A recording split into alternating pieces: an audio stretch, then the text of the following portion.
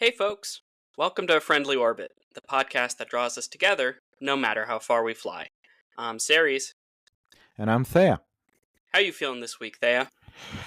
This week, I am feeling inevitable. Or am I?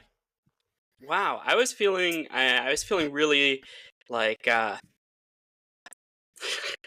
just fucking blanked on what my joke was gonna be. Oh my god. We're not editing this out. I am Are you? the Hey, editor. hey. I Yeah, am but absolutely. I'll edit out anything I want no, because serious. Are you everything psyched? has been pre-predicted. Yes, I'm Uh, psyched. I am psyched to talk about this topic because it is one of my favorite sci-fi series of all time. Do you want to tell us what our topic is? yes, our topic is psychohistory in the Foundation world of Isaac Asimov. And the question is, could it be a thing? Ignition sequence start. 5, 4, 3, 2, 1, 0.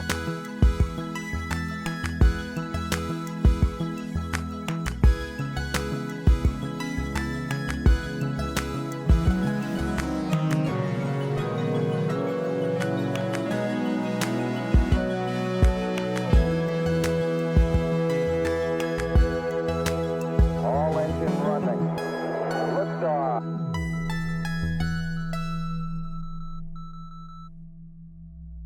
So tell us about Foundations, Thea. All right. So, Foundation, for those who don't know, is a sci-fi series written by author Isaac Asimov, loosely inspired by the fall of the Roman Empire and the ensuing Dark Ages in Europe, wherein the mathematician Harri Seldon has developed a mathematical tool to predict the behavior of very large populations called Psychohistory. And with it, he has predicted the fall of the current galactic empire, which spans the entire galaxy, and which will be followed by an ensuing 10,000 years of darkness. But Harri Seldon proposes a solution to shorten this dark age, the creation of a foundation at the edge of the universe, of the galaxy, on the planet Terminus, with a job of preserving the scientific knowledge of the Empire and eventually rebuild it after its collapse. But there is another. But there is another. No spoilers. Yes, there are It's two, not and actually a spoiler. It's it's crazy. not a It's right spoiler. there No, in chapter one. I that's didn't true. remember that. No, I it's true. It's true. It's not a spoiler. He says it, and then we kind of forget about it for a very long time, and then he's like, remember that thing that I said? yeah, and I thought when I read that, I was like, whoa. Hold on. I thought that was really cool. I thought that was really cool of him. Wait, you Yeah, so really didn't remember that? It's funny no, because like I I've read this book only one time when I was like 10, but I remember that. No, I was surprised when I saw the mention of the second foundation, and I was like, Mm. wow, this is really consistent. This really checks out. Yeah. For you, those of you who don't know him, Isaac Asimov was also a professor of biochemistry, and so he's sort of one of the more hard sci-fi writers of, well, just in general of sci-fi. Didn't But stop him from including psychic powers. yeah, well, which I could go on an extensive rant about, Yeah. but he has some defenses for his weird inclusion. Maybe we'll get into it. I But yeah, mean, so I it's very much think like a yeah. hard science. It's a hard science sci-fi, of what could the future look like based on the things that we know. But of course, he's a biochemist. He's not a mathematician, and I think that is we're going to be putting Harri Seldon's Psychohistory on trial, but perhaps also Isaac Asimov to some degree. And I think that is going to be perhaps one of our main criticisms. I think that even more than saying he was not a mathematician, I would say he was not a historian. Yeah. I think in from what I have, like from my reflections that I will bring today, I think that is the more notable like thing to point out. But first, let's talk about psychohistory. So Isaac Asimov, as we said, he was fairly fairly scientifically educated across the board. So he brought a lot of notions of statistics into the idea of psychohistory. For example, that while yes, kind of people do behave individually in an unpredictable way, they do behave alongside patterns when we start, bringing a lot of them together. Like, I cannot tell you if you will eat a cheeseburger today, but if we take the population of Germany and we look at some statistics, we can probably tell how many cheeseburgers will be eaten tomorrow on average. And that's kind of the idea, the scientific logic behind psychohistory, that people are predictable in large numbers, and that people respond predictably to like stimuli. Yeah. I do remember at some point in the Foundation series that he uses the metaphor of a gas. And he says, within a gas, every single atom or molecule is moving, with unpredictable Brownian motion or whatever. And I'm not a chemist, so chemists don't come for me. But I think you're right. I think it is Dr. Brownian Brown. motion. Yeah, I Dr. think Brown. it is. I'm not sure. Dr. Brown, if you're still alive, hit me up. Or Dr. Brownian. Maybe his name was Brownian. That's just the worst name ever. If your last name was Brownian, oh my god, you would not make it out of high school. Oh my god. No wonder he became a scientist. Yeah. But anyways, the point is that each individual atom is moving like in a super unpredictable way, but when you take a large group of unpredictable things, they start to behave on average predictably. Yeah, absolutely. And so in the book, I think he gives a pretty specific kind of like threshold where he talks about like 70 billion people or something like that. So I think that right out of the ballpark, Asimov immediately states that like the current population on Earth at the time that he wrote it, and also right now, is not even close. So he's not trying to make any statement about our current planet. I think that was I think that's crazy. I don't remember that. I don't remember them saying that the threshold was that high. I remember actually them saying some much smaller thresholds at times. I must say I didn't really go through like only Foundation. I actually went on the Asimov wiki, where they cite his books, obviously, but I didn't. I'm basing myself on secondary sources here, just because there are like 9 books Boo, of the Foundation bad scientist. Series. Yeah, exactly. Yeah. Come at me, nerds. Comment away. But yeah, so that's one of the axioms, and I found that they talked about it being in the ballpark of like 70 billion people before. Like, obviously, that's not the upper limit; that's the lower limit. Yeah. Other axioms of psychohistory is that the population that is like affected, like the population that is predicted, must remain ignorant of the predictions. Yeah, otherwise I remember they that. will. That makes so much sense, and that's very like hard. Yeah, it's like a type 1, rational, type 2 chaotic system sort of thing. Yeah, exactly. Yeah. Basically, the idea being that the prediction influences how people act, and so as soon as if everybody has 6 pieces of information, you can tell them how they're going to react, but that would be a 7th piece of information, and thus it is a different system, and the outcome will be different if they receive the 7th piece of information. Yeah, and then 2 more kind of axioms that are requirements that are not explicitly stated in the first Foundation book, but get kind of added later and reflected upon, are that technological progress cannot significantly kind of like disrupt the way that society works over time. And at the time that this Foundation takes place, it's kind of implied that the Empire has sort of petered out on the ceiling of engineering. They can do interstellar travel, or they can communicate over vast distances and while breaking the speed of light limit. No, they don't break the speed of light limit. They use wormholes. No, they teleport. Okay, so, but that's breaking the speed of light. No, it's not breaking the speed of light limit. No, it's altering the distance between 2 points, right? I mean, he goes into specific detail about how you can't break the speed of light and how there's no technology that breaks it in the first chapter. Okay. I thought that was cool. I was okay, let's remember that they have faster than light travel. They have ways to travel from point A to point B faster than light would generally take it. You can call it a wormhole, but it's FTL technology. So the reason I say it, right, is because other like sci-fi concepts do have faster than light travel, right? Where you have some kind of warp engine that just makes you go faster than light. and it just works, and that's just part of the conceit of the setting, and it's all fine and it's all good. And I thought it was interesting that, he went out of his way to choose one of the methods for traveling faster than light, one of the methods for creating a galactic civilization. He chose one that was, slightly more grounded. Yeah. A Bose-Einstein bridge, if you will. No idea what that reference is, other than that I have Bose headphones and I've heard of Einstein.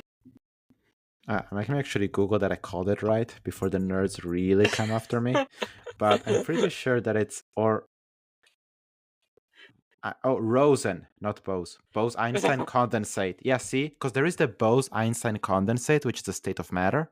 But there's also the Einstein-Rosen bridge. So, yeah, you see, I'm a fake scientist. Yeah, everybody roast Thea in the comments. Get in the comments. I deserve that. Yeah. Come for me. Give Theo what he deserves. Make sure to comment a lot. Write a lot of comments. Yeah, a lot of comments. If you can include within the roast how much you love this show, yeah, that would really hurt Thea's feelings the most.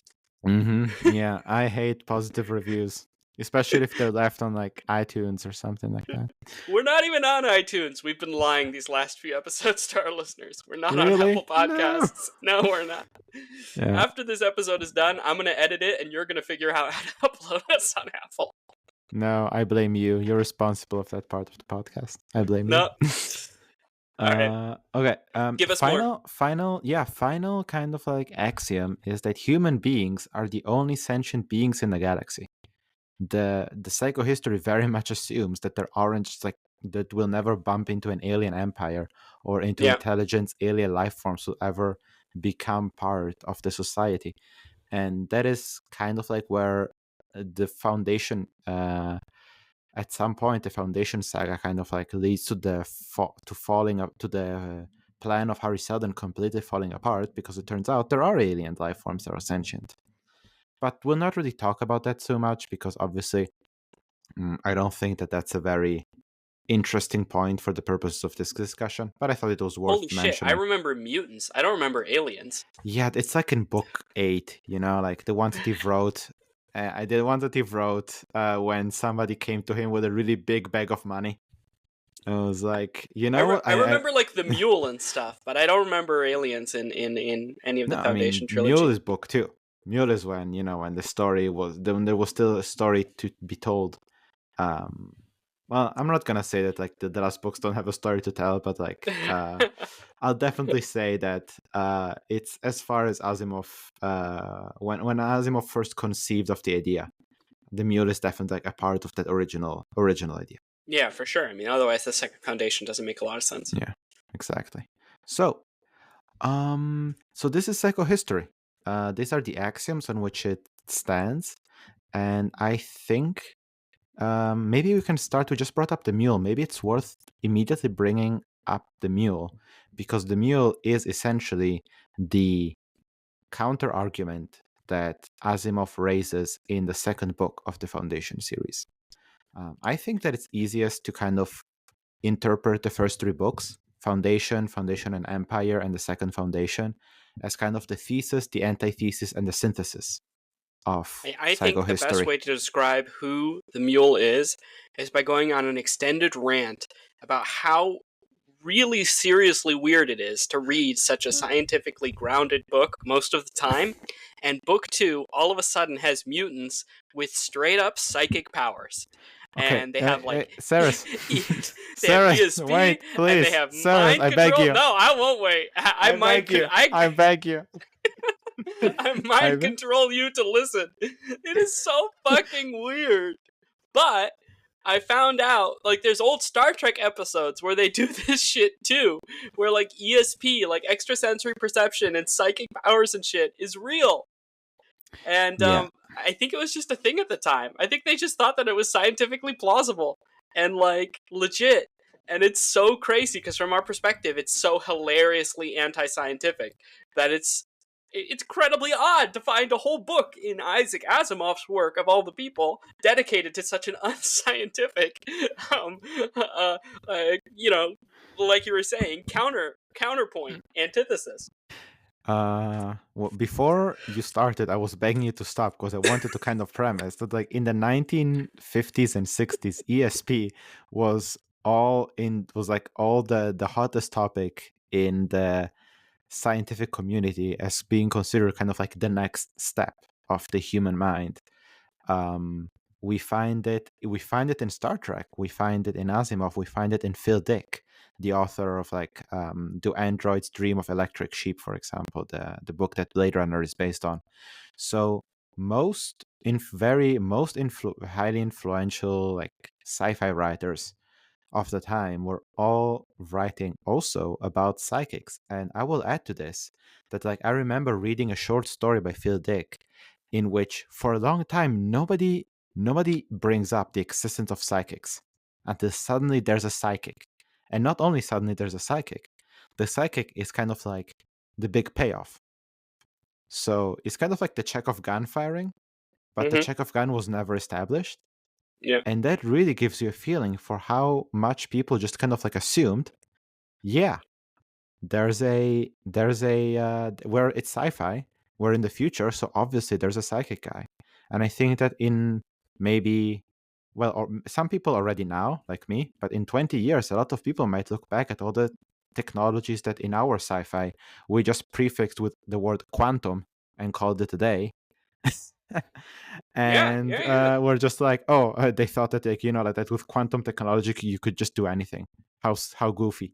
And I think that's psychic. That's the word psychic in the 1960s. I agree that it's totally weird. I would also weirded out as a kid when I read through that. But But that's, I think, for me now, that is part of the really interesting charm that reading old sci-fi has, because you see how much sci-fi is a reflection of the moment in which it is written, and how much of it often like falls apart almost immediately, and not even on the time scales, because Isaac Asimov is writing about a galactic empire at minimum 12,000 years in the future or something like that. But even on much shorter timescales, I think it's really Mhm. interesting how the way Isaac Asimov writes about the future reflects the present when he was writing it. One of the things that's emphasized is that the capital city of the empire, Trantor, is an administrative hub, and it's filled with billions and billions of people. And because it's so full of people, the whole planet is all one city. And it's all because of the assumption that administration must happen through humans. There's Mm. no intelligent computers, there's no AIs, there's no mention of it. Of course, later, he wrote iRobot and stuff, he gets into that idea. But when he's writing this world, the administrators are human. And when they get digital information, it's still the human processing it. So there is a moment where there's kind of like a database that somebody interacts with that I was like, oh, interesting. That's kind of cool. But there's really interesting things, like instead of push a button, which is I think what we would write, most of the time he says the man closed a contact. So you have to imagine, I guess, these big contact switches, and these electric circuits. Trantor, 12,000 years in the future, runs on electricity, baby, and nothing else, And the idea that the state of the art in moving an elevator is going to remain electricity for the next 12,000 years, given the past, is just incredible. There's no way. I um, yeah, I see what you're saying. I mhm. also just did a quick fact check on something you said. Apparently, the first iRobot stories appeared in 1940, Mhm. and he wrote Foundation. It was published in 51. So iRobot actually like preceded Foundation, and I bring this up because I think that this is not necessarily like the idea that there are no thinking machines Mhm. is not necessarily a symptom of like the times, because Mhm. clearly before he wrote Foundation he was already thinking about what if in the future we have thinking robots, we have thinking machines that can actually face logical dilemmas, because that's what iRobot is all about. Yeah, but I, th- I think that the fact that we don't see them in Foundation is because they're not necessary. Like, he wrote the world of Foundation, he added the sci-fi elements to it, only the ones necessary to tell his story. And he didn't add more, because the more fantastical elements you add to the story, the more you kind of demand from the reader to accept, and the more the reader has to keep in mind. So he made a world of bureaucrats who smell cigars and use electric like contacts and push buttons, because the technology that we really needed for this story were like wormholes and giant warships. And in iRobot, That's the thing that I think is interesting, though, right? That's what I mean by it's colored by its time. Because he is expecting an audience of his time, he doesn't introduce fantastical elements. I can totally buy into that. But in the 80s, for Dune, you had to write in a historical reason why robots and AIs weren't in charge of anything. But when he writes this, the idea that there's a building full of 7 billion human administrators that push around paper and light things with the electricity is like, does not need to be qualified. He doesn't need any gimmick or MacGuffin to explain why this is the case. The reader at the time reads this and goes, yeah, that makes sense. I guess if, I currently would use 50 people in a room to coordinate 1,000 people. So I guess if I had a quintillion people, I would need 7 billion people on Trantor coordinating people. Yeah. On your point on Dune, Dune is not from the 80s. Dune is from the 60s. Okay. You get my point. It makes my point even more accurate. I kind of get your point, but I think with Dune, like I get your point, but I don't know. No, I don't think that we are. I think that we're agreeing. Actually, I don't think that we are saying different things. The other thing I thought was interesting was also the social structure. Trantor is a very sexist place. Everybody constantly only speaks about men. There's this amazing part, actually, to the trial of Harri Seldon, that sequence where we get we're right in the moment. We're reading the screenplay, really. We're not really reading a book anymore. I don't know, I just love that. Yeah. But he says, I say the men in your project number 98,572, to which Harri Seldon replies, I believe you are counting women and children. So there's like a very base masculine assumption to everything everybody's talking about in the administration, and whenever they mean person, they generally say man. And women and children are sort of a caveat carved out and made as an exception from that. And, much less than 12,000 years in the future, society is not structured like that. Like, maybe he was writing this and thinking to himself, this is sexist, but this will make it easier for the reader. Or maybe he was just like being sexist and typing it down. Either way, right, what matters to me is what's interesting is this empire is 12,000 years in the future, but you read it and you really feel like it helps you actually understand the period and it was written in better. You know what I mean? And so, when you look back and you see like these paintings of sci-fi and like everything is powered by hot air balloons, you're like, oh, well, I guess hot air balloons just came out. You know what I mean? Yeah, it was the hot new shit. Like psychic people. I just think it's interesting. I think it's really cool, some of the things like, our main character is a fish out of water to help introduce us to a narrative, but he's a fish out of water because he's a rural country boy. And I can't help but think that a rural country boy written in sci-fi today would be less optimistic and bright-eyed and would be more embittered, because I think the rural areas of today are more embittered. And that's why an author would write it. Like, they would write what they know, Yeah. I will just say on the topic of Asimov, I think that I've heard that he actually was like fairly critical of the way that like women were portrayed in fiction as a whole. So I don't know when that was the case and when he started realizing that, when he became more conscious of that.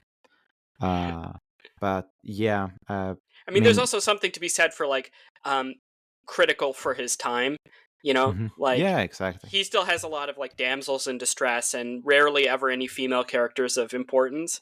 But maybe wait. Let me do. Okay, you talk. I'll do a quick Google. Do a quick Google search because I'm pretty sure that I remember. I'm sure I think there might be like a few female characters that are important, but when I think through the series, like the leader of the Second Foundation was a guy, the Mule was a guy, Harri Seldon is a guy, the Emperor is a guy, the guy who's the mayor on the First Foundation is a guy, There's very few women, and I don't know. I remember one of his later space stories is basically a gallant space knight rescuing a princess trapped in a Mhm. tower. But all I'm just trying to say is sometimes you can be critical for your time, and like 70 years later, it still looks pretty. Yeah, You no, know. absolutely, absolutely. But yeah, no, I just wanted to bring up Dr. Susan Calvin from the iRobot cycle. She's one of the few recurring characters in the iRobot stories. And she is a robopsychologist at the US Robots and Mechanical Men Incorporated. And she's very much one of the one of the I would call few main characters that you can find in the iRobot series. Mm, And like for all intents and purposes, she's just like a very smart and competent woman. mm. So like I can count at least one protagonist that is just like a female character that just like comes across as like a well-written female character with nothing weird going on. Yeah, I mean that's cool. I'm glad she. I think that's cool. I'm glad she's in there. Yeah. Okay, why don't we talk about the actual reason we're here? Yeah. Okay, so arguments against it. Uh-huh. Argument against psychohistory. So the mule. Let's go back to Mm-hmm. the mule now that you're done with your mega rant. Yeah. The mule essentially is an individual that is able to exert such enormous power over the people around him that his like the randomness of his action, his individual action, are strong enough to shape history Mm-hmm. beyond what anybody would be able to usually. Yeah.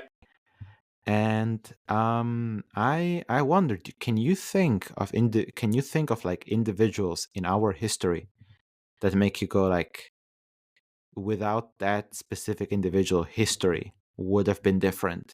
Or because Oh I yeah. Are think you kidding me? in many 100%. cases, yeah, but like in many cases, I think somebody could make the argument of like the conditions were there. All you needed was one guy to show up and do that, but Well, so this somebody is would like a have done. long, ongoing historical debate, right? Yeah. Are there laws of history, and how much is history pre-predicted, and how much does it depend on chaos and people in the moment? And my perspective on it is heavily clouded by the Revolutions podcast, which I listen to, and by the opinions of its host, Mike Duncan, who's a historian and has studied history at a graduate level, but Mm-hmm. is not like I don't know. I don't know who the leading historical luminaries of our time are, but I'm influenced by that and by the history of revolutions. And from that perspective, undoubtedly, Mm-hmm. nobody like Napoleon. Napoleon's empire in France was absolutely based on a combination of personal charisma and military might that other people struggled and failed to recreate. And if it wasn't for Napoleon, there might have been a different military strongman, but the First Empire of France would have looked very different. It might not have been called that. It might have had different issues. It might have had different biases. It would have certainly ended in a different way. And Mm-hmm. only because Bonaparte was there was it possible for his grandson to be the Second Empire of France, right? Only because he had the name. And if he had died in childbirth of pneumonia or something like that, there wouldn't have been somebody at the right age, at the right time, in line to the Bonaparte lineage that could have reawakened that image of nationalistic patriotism through war and conquest and progress that the Second Empire alleged to promise France. And then, I mean, obviously they were both autocrats, so they weren't great. In a similar way, after having listened to the Russian Revolution, I don't think there is another person in the cast of characters who we see in the Bolsheviks who could have held things together and improvised his way to victory the way Lenin did. And I'm not saying it was 100% guaranteed. As soon as Lenin was born, it was 100% guaranteed and the future is preset. But I'm just saying, Lenin was really good at what he did. And he was really good inside of his party. And there were demonstrably people who were in the similar positions as him who couldn't hold it together like him. So I personally, I've clearly shown my cards now. I personally lie in the camp that psychohistory is a really cool and interesting idea. Like when people talk about, I don't know, injecting their brains with brain chemicals in order to become psychic ESP people, right? Mhm. I think it is a cool idea. I think it is a fun idea. I think it's an interesting extrapolation of reality. But barring a whole lot of knowledge and technology, like being invented that I think is improbable, no, I don't. I think psychohistory is fundamentally impossible. History relies on trends and individuals both, and it can only predict the trends. But that's what's really cool about it, because just that part is already enough to make psychohistory interesting, in my opinion. Yeah, and I would agree with you. I actually wanted to bring up a different example that today I spent some time researching Hit because me. I think it's hard to imagine a more extreme case. Mm-hmm. And it is not Alexander the Great, who was my first impulse. Okay. But it's someone who is arguably, I think, could be said an even more extreme case of an individual really reshaping history. Mm-hmm. I don't know if you heard about a guy named Genghis Khan. Yeah, I do. I have heard about You that have, guy. yeah. By the way, today I read a little bit more about him than the minimum required for this podcast. Mm-hmm. This guy's childhood is crazy. He was born like um he was born like to like the first son of one of the many wives of a Mongolian warrior Mm-hmm. who of like one of the many clans in the steppe. Mm-hmm. And when his father died, Mm-hmm. his family was just gonna be left behind. And his mother and like basically took all the children and like the other brides and kept following the tribe while holding up kind of like their family crest, Mm-hmm. to kind of guilt trip the other people in the caravan. Mm-hmm. And then one guy apparently spoke up about taking them back out of pity, and he called kind of like the other Mongolian like members of the tribe heartless. Mm-hmm. And then the guy was stabbed with spears, and then Uh-huh. overnight they stole their horses, Huh. and then they left them without horses, and then like at that point they were just left to foraging. And like it's crazy how from there he went all the way to the Genghis Khan. But you know what's some in a certain way even crazier after hearing all this story, you know what's the thought that popped into my head? What? Like the hobbits in Rings of Power. I mean, I think it's important to note that, like, you have to consider, like, where this history is coming from. There is a Yeah, of chance course. that this is true, but from what I know, Mongolians didn't really keep records. So these are oral histories that are being passed to later people writing them down. I guess. I assume. I totally assume. I haven't actually read about his early life. But from what I listened to a little bit to like a History of China podcast and stuff like that. From my interactions with that, Mongolians are always mean and always lying. So No, and absolutely. so that tracks with the idea that they're like, you're being heartless. And it's like, oh yeah? Watch who's heartless now. Blah. And stabs you in the heart. Exactly. Now your heart is at the end of a 15-foot lance. Yeah, it's yeah. I mean, I am inclined to like believe that this is like based on this is more real than not, because there's no like particularly like I don't know. It's not particularly glorious of a Isn't it? backstory. You Isn't know, it to start low? I feel like it could be, and I don't know. We never know the cultural connotations of the time. I could also easily see that this is like a simile to some mythological something. You know, it's like oh, what's his fucking name? The guy who got into a lot of fights with Sulla. It's like Mar something. yeah. Marius. You know, Marius allegedly had this vision that he saw 7 eagles landing in front of him, one on each of the hills or something around Rome. I don't even know if it was that, but it's like, you know, and then they write it down and stuff. But it's like, yeah, sure, Marius, sure, you had a vision that you had to be, consul 7 times in a row. Yeah. Yeah, I don't know. It's like Trump saying, "Oh, I had a vision as a baby. I had to be president twice or something." You know what I mean? Or Yeah. 7 times in a row. You'd be like, "Okay, sure." A lot of these leaders make up their early life history, but maybe it's true. I mean, it could also be true. I don't know where the facts stand. I just wanted to put a little bit of I mean, incredulity in there. in the Wikipedia article dedicated to him, there's an entire section on the sources from which his story is derived, because they are like the historical accounts are written like in several languages or scattered around Eurasia. Yeah. So I presume that the history that I read is made through like cross, you know, cross what's it called? Cross Examination of the checking, cross sources. examination of the sources, exactly, Yeah, and you'd hope. based on what they what they believe about, you know, like kind of like how society worked back then, and like, is this plausible? Yeah. But yeah, I mean, it But also often talks we about don't how know a lot. I mean, it's fun. I never mentioned this to you before, but I think it was like the Khmer Empire. They have like these written Khmer, yeah. records with just ludicrously made up numbers that are so funny. They talk about like armies that are like millions of people strong at a time when like that would have been like twice the world population or something like that. I can't remember. Don't fact check me. Again, not a historian. But you know, like numbers that were just they were like they weren't off by a factor of 2, not a factor of 10, not a factor of 100. They were generally off by a factor of 1,000, historians think. It's just like that's a level of ego that I've always thought was just yeah, it's like if in your autobiography you write that you're like 4 meters tall, yeah, and you're like, no, you're not. I was well, it's like, not even like 4 meters is like, yeah, you like, know, I'm is 80 over meters twice as tall. tall. Exactly. It's like saying I was a kilometer tall when I was 5. You know, I turned $1 into 10 billion overnight. You know? Yes. Okay, but okay. Yeah.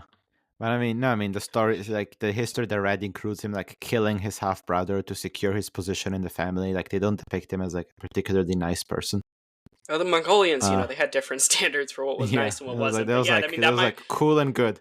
Cool. Yeah, I mean, it might have been. I might not have been. I don't know, but from Yeah. what I've heard of like Mongolians interacting with like Korea and China and like stuff like that in the ancient time, they were just real jerks. They were just really mean, and people would often call them out for it. And they were like, "Yeah, so Yeah, what? what Who's you're in gonna do charge about here?" it? Exactly. What you gonna do about it? That was always the reaction. So.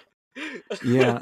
So Um, I mean, to be fair, like one of the like the Mongolians had figured out that thing where if you conquer people and then like let them pay you a tribute and then leave them to their own internal politics, yeah, they actually won't oppose that much.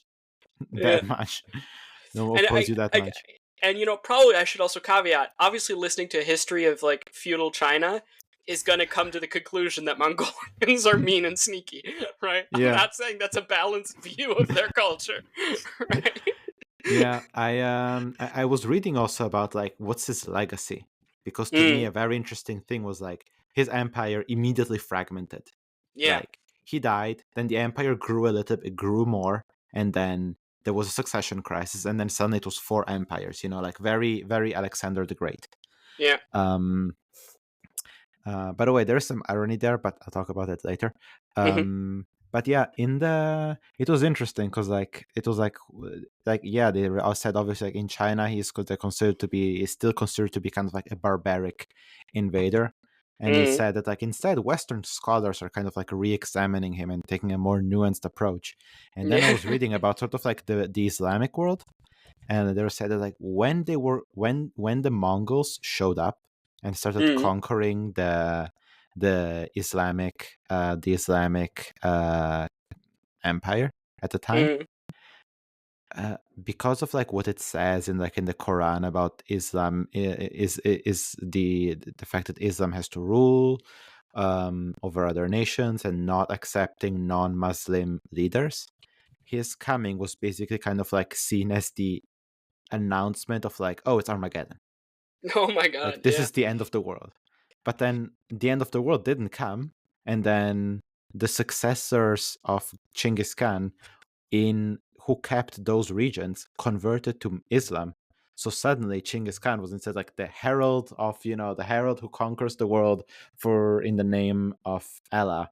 And all of a sudden, like the legacy of Genghis Khan is seen very positively in like Baghdad. Like I Mm. won't go into the details, but that's the vibe that I read, and that was like, oh my god, this is like, it's always like that, isn't it? Yeah, I mean, it's just I think you just with his legacy, you bring up a good point. There's so many historical figures that have such a huge legacy. You know, Hmm. if Louis XVI doesn't fund the war in America, does America break free from the colonies when it does? And if it Hmm. doesn't break free from England until later, then is it maybe founded on different beliefs?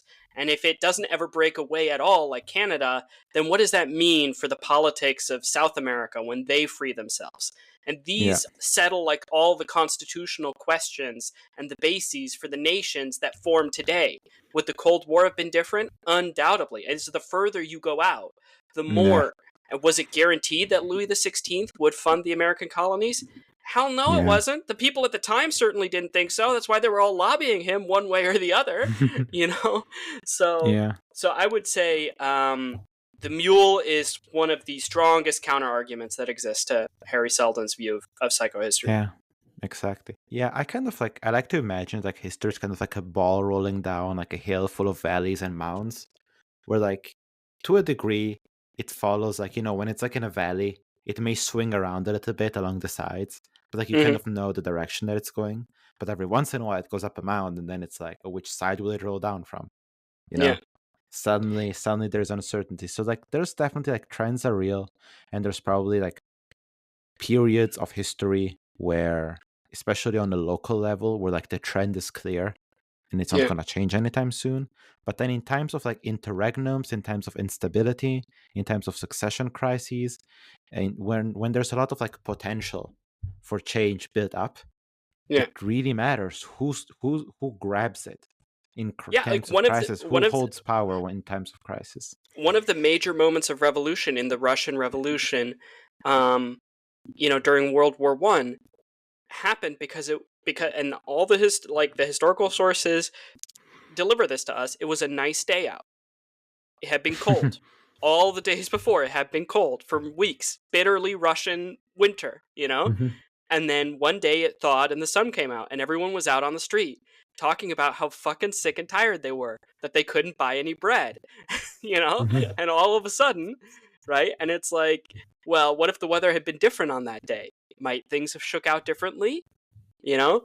And the answer is like, yeah, maybe. I mean, if anybody other than the Bolsheviks stay in power and the Bolsheviks have a different quote unquote character arc that is at all different than the one that they had, then the whole history of the Soviet Union is different, which is 96 years of history. That's a big span of history to be determined by the weather on one day in whatever, I can't remember, but depending on one day in early spring. Yeah, So absolutely. Yeah. You're kind of touching on what is probably going to be like my next biggest point and my last point. okay. Before that, I just want to say kind of, I think that Asimov realized that Hmm. quite early into writing Foundation, because I think that that's kind of like the point of the second Foundation, which, as we said, he already mentions in the first book, Yeah. which is the second Foundation is actually the one that actually has the plan. Like, they don't know the plan for themselves, but they know the plan for the first Foundation, and their job is to keep the first Foundation like on track. Yeah. Well, I So think it you definitely could you could helps argue you when could you have argue that, psychic mind like, control powers, right? Like that yeah, definitely, yeah. like personal magnetism has changed history far more, has or changed history to a great degree. I mean, mind control is probably on a whole other level. So that's kind of like a I don't know, like a MacGuffin or something he has in his back pocket to really make But it doesn't have to be like he doesn't have to believe. Harry Seldon believes in psychohistory. Isaac Asimov just has to believe psychohistory is a cool idea, right? Yeah. And I'm not going to fault him for that. But I I do mean, think that the second foundation is a pretty convenient out, like a pretty convenient Deus Ex Machina. It's not a Deus Ex Machina because he pre-planned it, but you know what I mean? It's a pretty convenient. It must be nice. It must be nice to have the second foundation on your side because they have mind control. yeah, it definitely feels like it definitely feels like even Harry Seldon didn't really believe in psychohistory because the second foundation exists. Like, Yeah, even Harry Seldon must have been like, psychohistory will get them this far, but you need supervision, you need the hand to hold you, you steadily on track to become the next big empire. That's actually really interesting as well because Harry Seldon says at one point, like, they're like, oh, what probability does the project have of succeeding? And he's like, 99%. The whole plan altogether, 99%. And they go, okay, but what about me specifically? And he's like, oh, 72%. And the guy's like, do you ever lie about these statistics? And Harry Seldon's like, I never would. That would be too horrible to whatever. And then he dies, like, shortly later. You know what I mean? Yeah. And I'm like, but that one lie was really important. Yeah, that is a great point, Cyrus. So I wanted to kind of talk about the thing I said in the beginning. I planted that I think that Asimov, he was a biochemist. He was not a historian. Yeah. And that's because psychohistory kind of completely ignores a driving aspect of history, which is the biosphere. Like psychohistory, I don't know if it can like predict plagues and like epidemics, but like how much of our history has been shaped by that alone? Yeah. Like, or like solar cycles, like mini ice ages and things like that. Yeah, mini ice ages, exactly. Like you can imagine, like on a galactic level, like what if a star does like a solar helium fart, Yeah, and exactly. suddenly this cool kingdom gets wiped off the map? Or like shout out to the Norse settlers of Greenland who arrived during the medieval warm period and disappeared after the mini ice age. Yeah. R.I.P. to those fellas. Yeah, shout out to Bjorn, who one day realized that like the harbor was not going to unfreeze. Yeah, exactly. And his little boat was stuck there forever. It's just crazy. Like after 200 years of living a place, it just becomes inhospitable, and you're like, "But this is my ancestral homeland. I live here. My father lived here. My grandfather lived here. My great grandmother before him. You know." But it's like, yeah, sorry, this is not a livable place anymore. It has nothing to do with you. It's not you. It's the climate. Yeah, exactly. And like you could argue that like those cycles are predictable, and that you, to a certain degree, you could sort of incorporate them. But like first, again, pathogens. Like maybe you can say, oh, these people living this high density population would spawn pathogens, but like sometimes it really matters. Like what specific disease develops? What are the specifics of the pandemic? For example, are the symptoms necessary for it to be transmitted, which was a big difference in a recent pandemic we've had compared to a previous one, which was biologically quite similar between COVID and SARS. Yeah. Well, they're both SARS. Yeah, exactly. You know what I'm talking about. So, but here's my other big one: volcanic eruptions. Yeah. Pompeii, the Krakatoa, and most importantly, the Etna, which, according to more recent historical evidence, might have been one of the driving causes to the Great Bronze Age collapse, causing mass starvation in Italy and the area around there in the Mediterranean, driving mass immigration of the so-called sea people from the Italian peninsula towards the Middle East and North Africa, and causing disruptions of like the bureaucratic apparatus and infrastructure there. This is like the podcast about all my favorite podcasts. I listened to a podcast called the Fall of Civilizations podcast. Oh, you too? Yeah, and it got recommended to me by a guy called Cyrus. Oh, wow, crazy. Yeah, and it's like how many times, almost every single episode, like when he's going through the causes of what might have, it's almost always the climate is a part of it. And but maybe actually, but what if you say that a galactic spanning civilization, each individual crisis can only happen on a planet, and so it becomes like a chaotic system with lots of little chaotic planets, but on average sort of evens out, and it either can be accounted for by psychohistory or doesn't matter to the course of psychohistory as much. Maybe psychohistory isn't applicable to a single planet civilization, but when maybe the climates of thousands of planets sort of even out on average. Well, but you see, he doesn't predict only the collective behavior of the empire as a whole. he does go into the nitty gritty because like the Foundation doesn't operate on a galactic level, especially in like Yeah, the first books. Like when it comes to the first stories, it's really about the Foundation and Anacreon and Thespis and so on. So I'm it's really so about glad. like it's Yeah, so I'm so very much about like why does like what if on Anacreon a volcano erupts and it really messes up their energy production because all they do yeah. is solar. What if they get hit by a meteorite? Yeah, What did I'm they so get hit by glad. a meteor? I'm so glad you mentioned that because Isaac Asimov does something in Foundation that I think that happens so many times to people in sci-fi or just in general. You create this system where you're like, I can't predict the future for individuals, but I can for many. And in the exact same chapter, he predicts the likelihood that an individual will survive at 72%, and the likelihood that his foundation, made of 20,000 people, or something like that, will survive at 99%. And the likelihood that a specific ruler would choose whether or not they get sent to exile or they get destroyed. And I go, you broke your own rule. It was so tempting. Being able to predict the future is so tempting. It makes you want to fly so close to the sun. But none of these are billions of people. These are small groups of people that are impacted Yeah, by the whimsy of fate.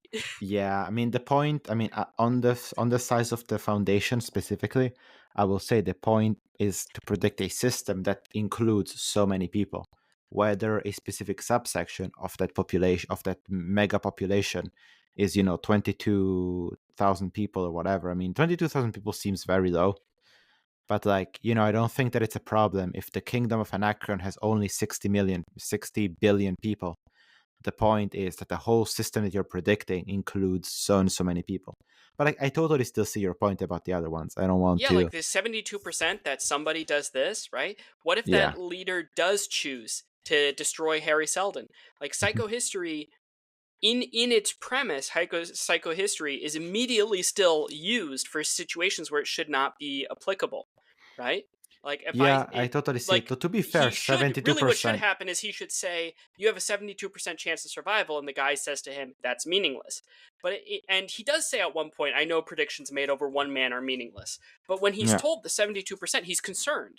It has an Mhm. emotional impact on him. He's like, oh well, I guess I would have preferred higher.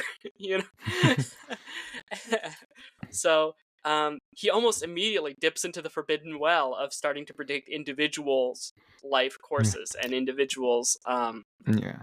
But actions. yeah, but to be fair, 72% is a very low probability. Like when we're talking about psychohistory, he's not talking about computing the probability that something will happen. He's entering the realms of certainty.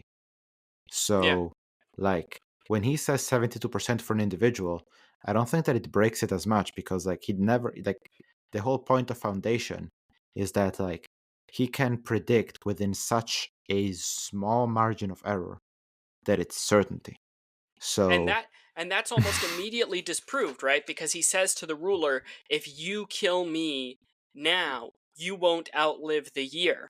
So he immediately creates an example right in the beginning of the Foundation series of something that has an uncertain that isn't in the realm of certainty. It's not certain that mhm. Harri Seldon survives his trial, and yet has huge ramifications for how the Foundation's plan works and how the history works. So immediately, like you know what I'm saying? I'm kind of not expressing it perfectly, but right in the No, no, beginning I of the can book, see they it. You're already basically concede a creating. scenario that shows that the certainty that we see with psychohistory really can't actually be that certain.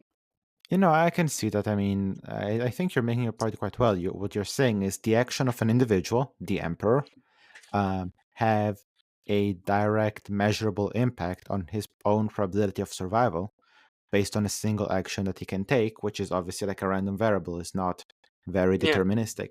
Though here again, I would argue like, but would these events really shape the history of the empire at scale? Yeah, because if Harri Seldon dies then they don't have the time to create the what's it called? The Galactic Encyclopedia. They wouldn't Yeah. have the time to write the Galactic Encyclopedia before the Empire falls apart because he said the Empire will fall apart like within like 50 years or something like that. It'll fall apart instantly. And Harri Seldon Yeah. wouldn't be there to coordinate stuff anymore. So I would say, yeah, that would have a measurable impact on how the Foundation's history plays out. And rating, you can't rate the plan of certainty for the Foundation to be 99% if you're not 99% certain that you survived the trial. And he expresses he's not. So I would argue, I would argue, yeah, it does kind of. It does impact. Things could still work out. They could still work out, but it's Yeah. not certain that they would. Well, here's the thing. I will raise you, though. I will raise you on that specific point, the Mm-hmm. counter argument that, Mm-hmm. like, as long as we are talking about Harri Seldon, Mm-hmm. Harri Seldon is not like the behavior specifically of Harri Seldon kind of like falls outside of the axioms of psychohistory because Harri Seldon and the Emperor are aware of the results of the prediction and are acting on the results of the prediction. So they are not, they are acting like a type 2 chaotic system in the Yeah. fact that they know that the results that the results of their action have the power to shape history because they already know the outcome of the prediction. So So that means Harri Seldon, when asked what the likelihood is that the plan should succeed, should say, divide 3 by 0. And that's your answer. It axiomatically, I cannot tell you because I yeah, know what the prediction is. You yeah, know? I think Harri Seldon is lying there. Yeah. I mean, I don't think that we should trust Harri Seldon on anything he says, especially in public, because he is lying, because he's not speaking under kind of like he knows his words are not free of consequences. And I will point out that his whole encyclopedia plan is bullshit. If you remember, the whole I don't. encyclopedia plan is a That lie. shocked me. I'm shocked. Yeah, because like he lies to the emperor. He doesn't tell the emperor, "Oh, we're doing the foundation to replace you." He Mm-hmm. tells the emperor, "We're doing the foundation to preserve knowledge." And then the foundation learns, "No, there's a secret plan here. You guys are going to become the next empire." So I don't know. I really I don't I would take with everything that Harry Seldon says like to the emperor and at the trial in general as like with a huge grain of salt, Yeah. which so not really a grain, more like a big chunk. I have a Oh, salt lamp that's yeah, exactly. that's A that size. Himalayan salt lamp worth of salt. Yeah. Exactly. Yeah. Well, mine is Polish. It's from the mine of Wieliczka. Yeah. That's cool But too. yeah. Yeah. Yeah, I think So that's also something, a slight side tangent that I think is also interesting. I don't know if you thought this was interesting. Harri Seldon thinks life under not a galactic empire is really bad. And I looked at that and I was like, huh, that's actually kind of weird to me. Because, yeah. like, did the quality of life go down when the Roman Empire fell apart for the average Roman citizen? I guess. But was the like yeah probably because of all like the technology and stuff. Oh, the But like infrastructure yeah, exactly. and But all the like wars. is that true of all empires? I would say no. It's like, is it true of the British Empire? No, I think the quality of life went up for most of the people who were in the British Empire at Yeah. its height after the British Empire ended. You know? So Yeah. that was interesting to me because it almost seems like Harri Seldon has a very definite vision of what the Second Empire is going to be, and that it's going to be a quote-unquote good empire. I don't think there's really much of a historical question that we generally see empires as a bad thing these days. So, yeah, I think it's also because we like the type of empire that Asimov describes is modeled after the Roman Empire, which was not the type of empire that comes in, genocides your population, / tries to crossbreed it, what? / tries to No. indoctrinate your children. You're wrong. All right. No. Yeah, they tried to genocide the Jews. Hey. No. No. I forget All what right, is his all fucking right. name. He's one of the 5 good emperors. He had a beard and he was gay. Hadrian. Do you did know that. how little that narrows it down? Hey Yeah, man, the one of the beard that 5 was good gay. emperors. The 5 good emperors. No, there was only one emperor of the 5 good who had a beard, I think. Anyways, Okay. Hadrian was notable for it because Yeah. it was the Greek fashion, not the Roman fashion. But my Mm-hmm. point is, one of the blackest marks on Hadrian's history is that he, I think the Roman Empire was a pretty awful place. Like, I think the Roman Republic maybe has more moral legs to stand on, but the Roman Empire overall, I would condemn morally. Like, was it good for Roman citizens? Did Roman citizens live better in it than out of it? I think most of the time the answer was yes. But were they a morally good empire? Were they the ideal way to organize a galaxy? If I was given a fresh galaxy, is that how I would organize it? I would say no, definitely not. It was, I mean, they were What I'm military saying is, autocrats. okay, yeah. I mean, what I'm saying is like they're the type to kind of that they don't seem to be. This empire doesn't seem to be generally the Asimov one. Now I'm talking about.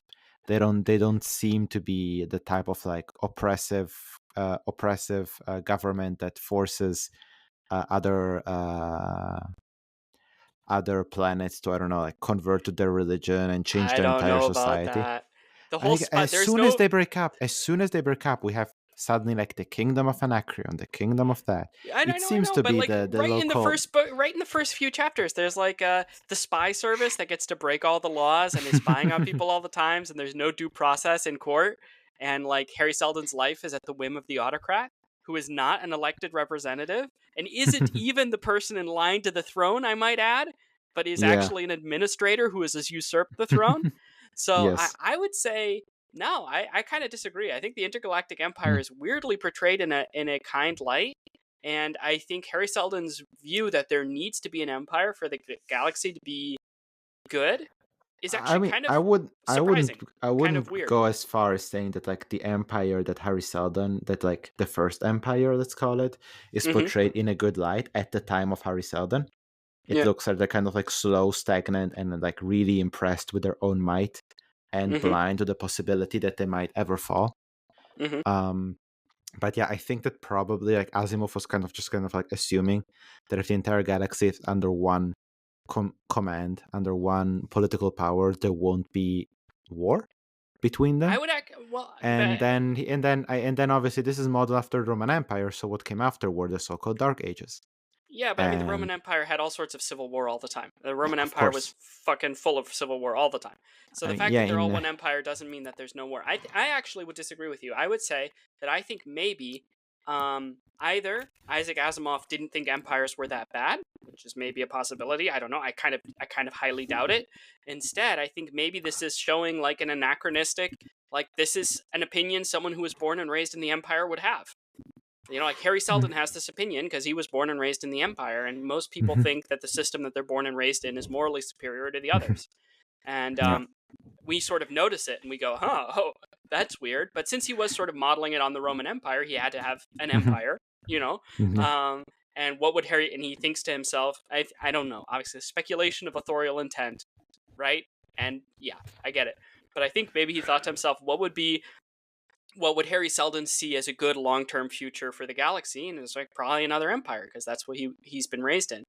Because I think it's actually very hard to morally sort of defend the empire that Harry Seldon was born in, or any empire that they might create after. I mean, by their natures, empires are autocratic, imperial, undemocratic systems, and by virtue of even standing on the other side of the argument, you're objectively a neo-Roman fascist.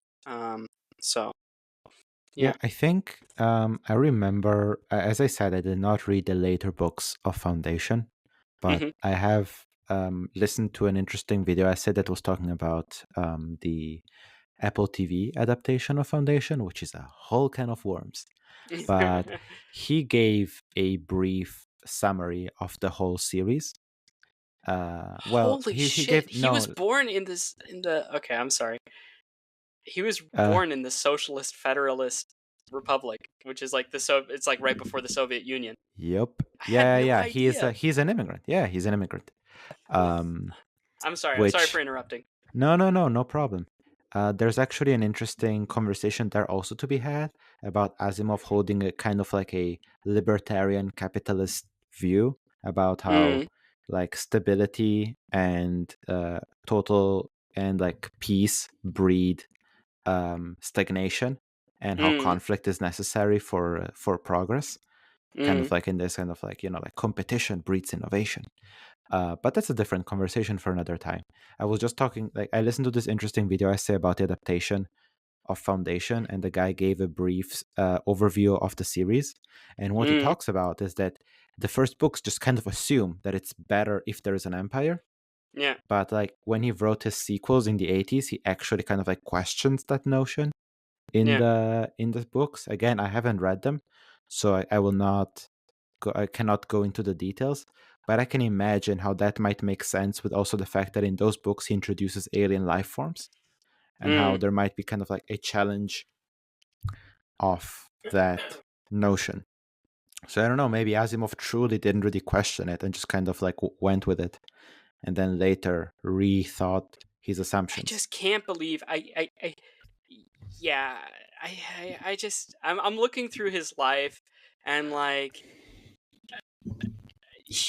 I I don't know. Maybe I'm just it's a cursory reading of his life on Wikipedia, but I can't imagine how someone with his background could believe that a central military authoritarian state is the ideal way to organize a galaxy. And he's got this quote on his page here, which I think is a very good quote, Isaac, which is, "There's a perennial question amongst readers as to whether the views contained in a story reflect the views of the author. The answer is not necessarily, and yet one ought to add another short phrase, but usually." What a fucking chat. Yes. It's like, Refuses to yeah, it's like, do elaborate. you believe in what you're writing? Do you believe in what Harri Seldon believes in? And he just looks at you and goes like, maybe. Yeah, exactly. But like it looks like he was like super against Vietnam, and he was like a US Democrat, and he thought the Communist Party of the USA wasn't that bad. Yeah, I mean, he Um was very left leaning. He was very like anti, like he was not a conservative by any stretch. He was very much like those rationalists, or like, like we should abandon all traditions and question everything. Um, yeah, in it's very interesting. Um, how different like authors of sci-fi of the time like their ideas reflect into their work, because like I don't know if you know Robert Heinlein. He's one of the three, Sounds let's call familiar. them founder. Yeah, he wrote Starship Troopers. Oh, yeah, okay. Yeah, exactly. But like he started much more. He started as like a Democrat and like a Mm, liberal, and then he became a lot more conservative, mm. and then he became an anarchist. So like Wow, his okay. his yeah, his political views shifted a lot.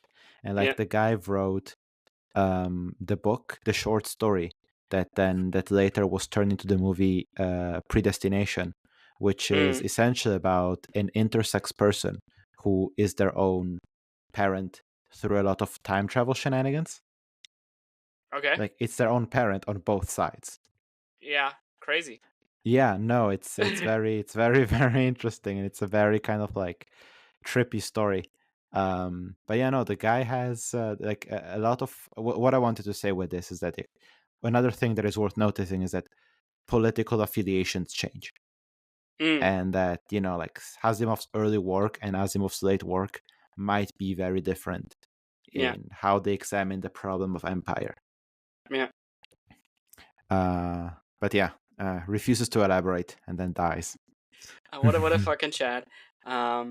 Yeah, I mean, I don't even know if we should mention this, but Asimov, as all people, was a complicated person, I assume.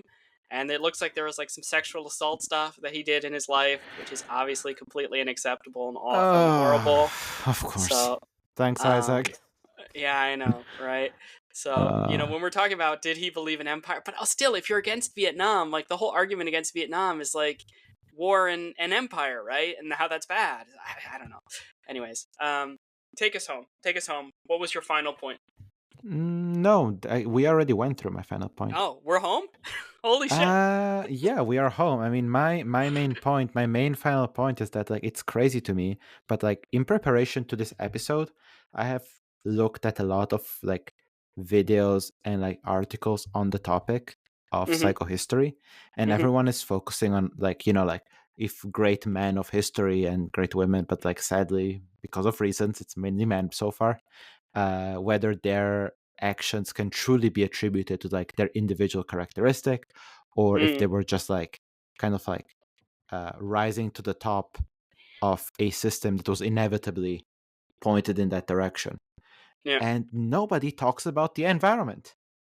Like, I feel Yeah. like I'm the first one who thought, hey, the Etna blew up. That was a pretty big deal. I bet that wasn't in the There's equations. no way you're the first one, but it is a very relevant point, and you should be congratulated for bringing it up in this context. I know, but it's strange that I didn't find anyone else talking about it. Like, I'm sure somebody else thought about it, but no one's talking about it. Yeah. And like, that's... I It think feels to me like that's I think it's a arguably a valid much point, more right? powerful... That's such a powerful force of like societal disruption that And the problem, yeah, I think the problem with trying to predict history is everything. I think there's an argument to be made that to predict history is the final challenge. Once you understand everything, you can start to try and predict exactly everything that's going to happen. But it's such a Yeah. chaotic system that everything is impacting everything else. And if you don't know how everything works, then you can't actually make those predictions. And I feel like people sometimes want there to be laws of history because they make you feel powerful and in control and confident and smart. But I think those are also the kind of people who would hate looking at like graphs in the stock market, which is a unit for which we have perfect information. We know every sale and purchase, and yet that line is not smooth and doesn't evenly rise. It's squiggly as fuck, because it's a type 2 chaotic system, right? Yeah. And it's like, sometimes we imagine if we had the ideal tools to measure it, all the data we would receive would be look like platonic solids and everything would make sense. But chaos is chaos and everything influences everything, and I think predicting history would be the last thing you ever do, basically. Because you would Yeah. have to understand everything else first in order to be able to do it. Yeah. In a short story by Sishin Liu, Mm-hmm. he actually writes about like the idea of humanity figuring out the underlying laws, the hidden variables that underlie quantum effects, thus turning even the quantum world into a predictable deterministic world, and then a computer being built to actually simulate the universe starting with the Big Bang, where you can basically put in the starting conditions, which are essentially like the values for different constants, like the gravitational constant, the Planck, and so on. And like they try a couple of them for fun, like, oh, what if we put the gravitational constant really high and stuff like that. But then eventually they do the big one, which is our universe. And they basically like go through all of history and unveil every single secret of history, basically demystify everything. And then when they arrive at like the present, the computer stops. Yeah. Because it can't simulate itself. It can, but then it simulates itself, simulating itself, and eventually just is infinite regression. It's recursive. It's so you cannot move past the present. And I thought that was a very smart intuition to a real question that people have. If you could simulate everything, would you be able to predict the future? And the answer kind of cool, is though, if you were the only person who had access to that computer, and then you told the computer, all right, ignore this box. assume these 2 square meters aren't relevant to the simulation. Carry on. Yeah, assume that these 2 square meters are like empty. Like the room is empty. There is not a guy in there. Whatever's next. Yeah, I mean that's kind of what they do. Next? Yeah, that's because kind then of if you're the only person who knows the prediction, right, then you can know the future, I guess. Yeah. Yeah. There's that awesome Marx quote, something along the lines of, "Men make their own history, but not in conditions of their choosing."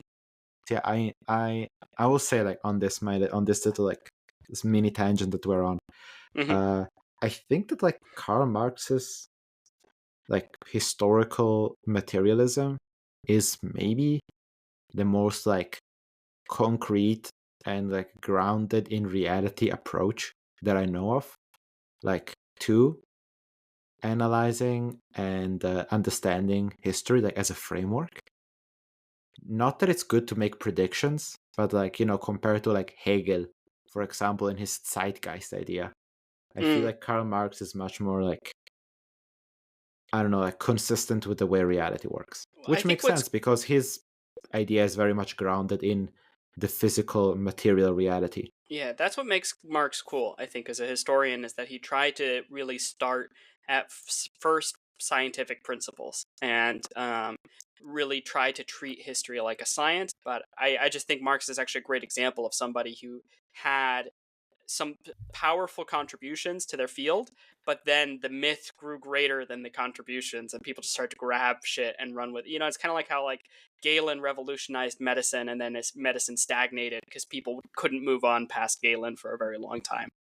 Yeah, no, absolutely. Or like how people use t-tests when they really shouldn't, because the input data doesn't follow the the requirements for the test, but we'll use it anyways. Yeah, that's true.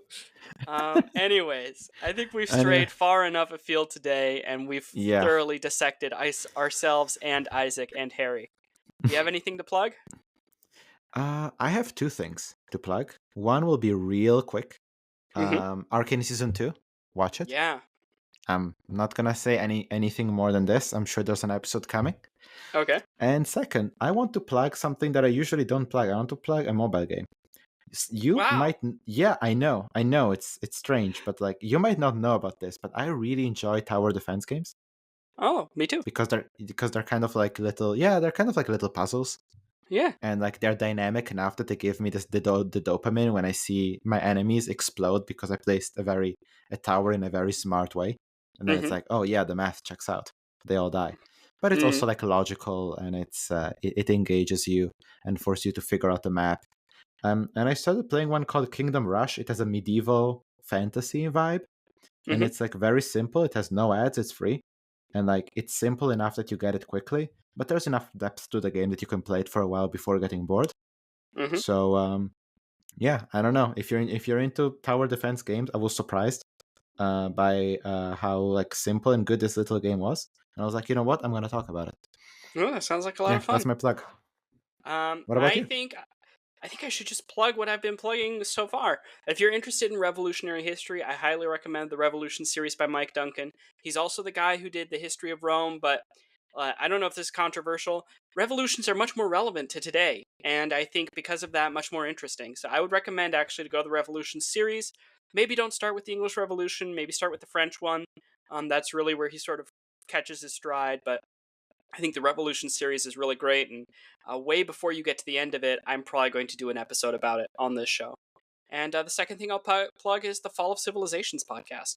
It is also really good, completely different format, but very digestible and really interesting. I mean, civilizations are most of what make up history. So the Fall of Civilizations is mostly the history of everything. And there's a lot of interesting stuff in there, a lot of interesting cultures. And you see over and over again, perhaps ominously for us today, how much the climate matters. And that really tied into this episode too. So I think those are really worth your time to listen if you're interested in history. Yeah, check them out. I actually have listened to a couple of episodes of The Fall of Civilization, so I will endorse your plug. It's good. Yeah.